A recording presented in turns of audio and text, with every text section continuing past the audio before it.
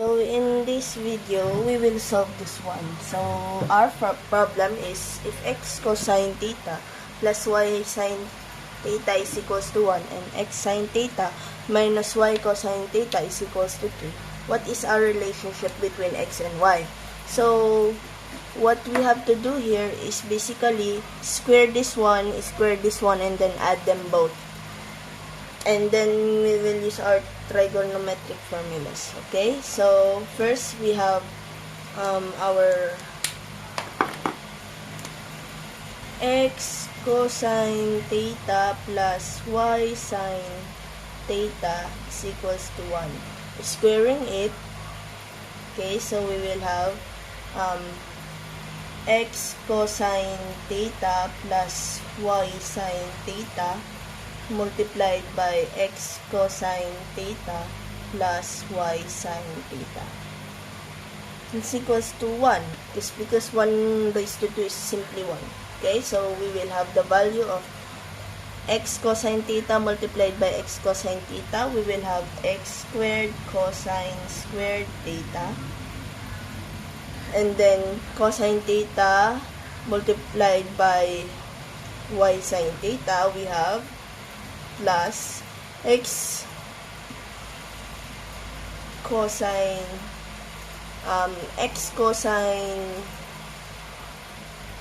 we have x y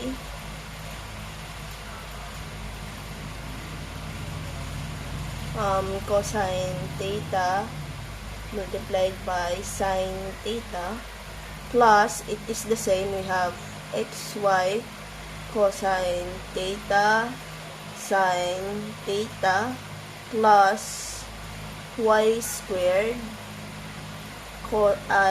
sine squared theta is equals to 1. Okay, so we will have x squared cosine squared theta plus 2xy cosine theta sine theta plus y squared sine squared theta is equals to 1. So we have to take note of that, this one. I will just put it here. We have our equation number 1 is equals to x squared cosine squared theta plus 2xy cosine theta sine theta plus y squared sine squared theta is equals to 1. And then let's head on and solve the second one. We just have to square it as well. So we have x sine theta minus y cosine theta is equals to 3. So squaring both sides, so we will have this will be 9 because 3 squared is to 9. Okay, so we will have squaring this one. So we have x sine theta minus y cosine theta squared multiplied by x sine theta minus y cosine theta.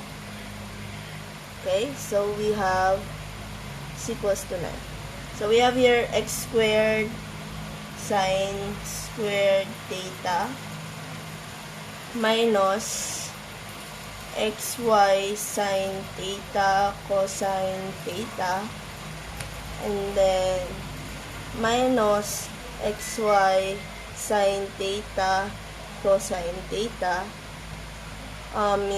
plus y squared cosine squared theta is equals to 9. So this will be x squared sine squared theta minus 2xy sine theta cosine theta plus y squared cosine squared theta is equals to 9. So we will have our equation number 2, which is x squared sine squared theta minus 2xy sine theta cosine theta plus y squared cosine squared theta is equals to 9. Okay? So, let me erase that. So, we will have the value of So, we have to add the equation, okay? So, by add equation 1 and equation 2. Okay? So, we have our equation 1, which is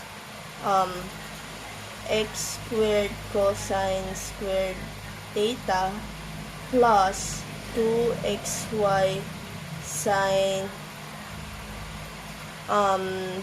theta cosine theta plus y squared sine squared theta is equals to 1. And our second equation, which is x squared sine squared theta minus 2xy sine theta cosine theta plus y squared cosine squared theta is equals to 9. So, by adding it, we have to add this one. So, this one will be cancelled. Okay? And this one will be 10. And this one will be y squared sine squared theta plus cosine squared theta. Okay? Equals to x. Also, we have here we have x squared cosine squared theta plus sine squared theta. Okay, so we have to add this one, okay?